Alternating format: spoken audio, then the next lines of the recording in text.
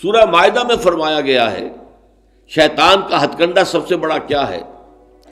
انما یرید الشیطان ان یوقع بینکم العداوۃ والبغضاء، شیطان کا سب سے بڑا حربہ یہ ہے کہ وہ تمہارے مابین دشمنی اور بغض پیدا کر دے. یہ شیطان کا سب سے بڑا حربہ ہے. انسانی اخوت ہے، برادری ہے، بہن بھائی ہیں، اب ان میں رخنے ڈالنا، شوہر اور بیوی کے درمیان جدائی کرانا. یہ آتا ہے ایک حدیث کے اندر بھی کہ ایک دفعہ شیطان جو ہے اس کے بہت سے کارندے اس کے ساتھ جمع تھے، ہر ایک اپنی کارگزاریاں بتا رہا تھا، میں یہ کر کے آیا ہوں، میں یہ کر کے آیا ہوں. تو ایک نے کہا میں شوہر اور بیوی کے درمیان ناچاقی پیدا کر کے آ گیا ہوں.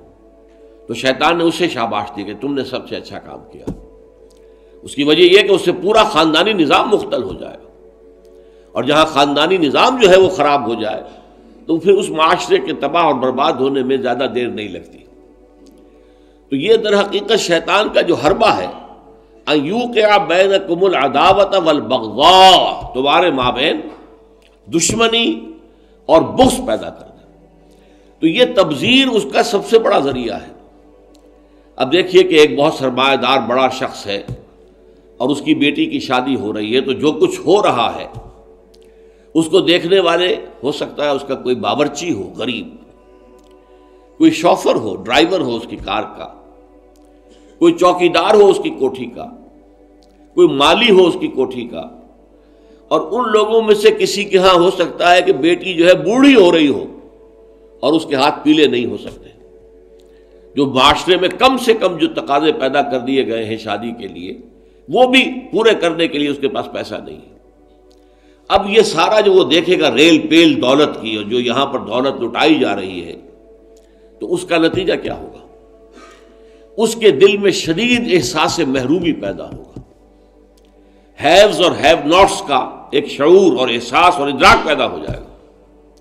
یہ مترفین ہیں، ہم محرومین ہیں. اور معاشرے کے اندر جب یہ احساس پیدا ہو جائے تو پھر اس معاشرے کا عطیہ پانچا ہو جاتا ہے. اس لیے شیطان کا جو عمل ہے کہ لوگوں میں بغض اور عداوت پیدا کر دیا جائے، تو تبذیر کے نتیجے میں بھی وہی شے حاصل ہوتی ہے. ان المبذرین کانوا اخوان الشیاطین وکان الشیطان لربہ کفورا. ہمیں تو یہاں تک حضور نے حکم دیا ہے کہ تم اگر اپنے بچوں کے لیے پھل لے کر آؤ تو یا تو پڑوس کے بھی بچوں کے لیے وہ پھل بھیجو ان کے گھر کے اندر، اور یہاں اگر تمہارے پاس اتنی ہی صرف مقدرت تھی کہ اپنے بچوں کے لیے کچھ لے آئے ہو، اس سے زیادہ کا امکان ہی نہیں تھا، تو یہ ضرور اہتمام کرو کہ ان کے چھلکے یا ان کی گٹھلیاں، آم آئے ہیں گھر میں تو آم کے چھلکے اور گٹھلیاں تو اپنے دروازے کے باہر نہ ڈالنا. تمہارے پڑوسی کے بچے دیکھیں گے کہ ان کے گھر میں آج آم آئے، انہوں نے آج آم کھائے اور ہمیں یہ میسر نہیں ہے. تو وہ احساس محرومی کا داغ ان کے اندر جو پیدا ہوگا وہ دلوں کو پھاڑ دینے والا ہے. یہ اور ہیں، ہم اور ہیں. من دیگرم تو دیگری، تم اور ہو ہم اور ہیں. ہم کوئی ایک امت کے لوگ نہیں ہیں. چاہے کتنے ہی واعظ آپ پلا دیں مسجد کے اندر کھڑے ہو کر انما المؤمنون اخوۃ، لیکن جب یہ شکل ان کے مشاہدے میں آتی ہے تو وہ کبھی ماننے کو تیار نہیں ہوتے کہ یہ گھر والا جو ہے یہ بھی میرا بھائی ہے.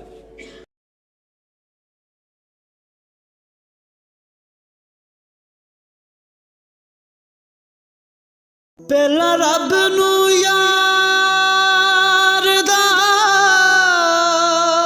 شوق ہویا،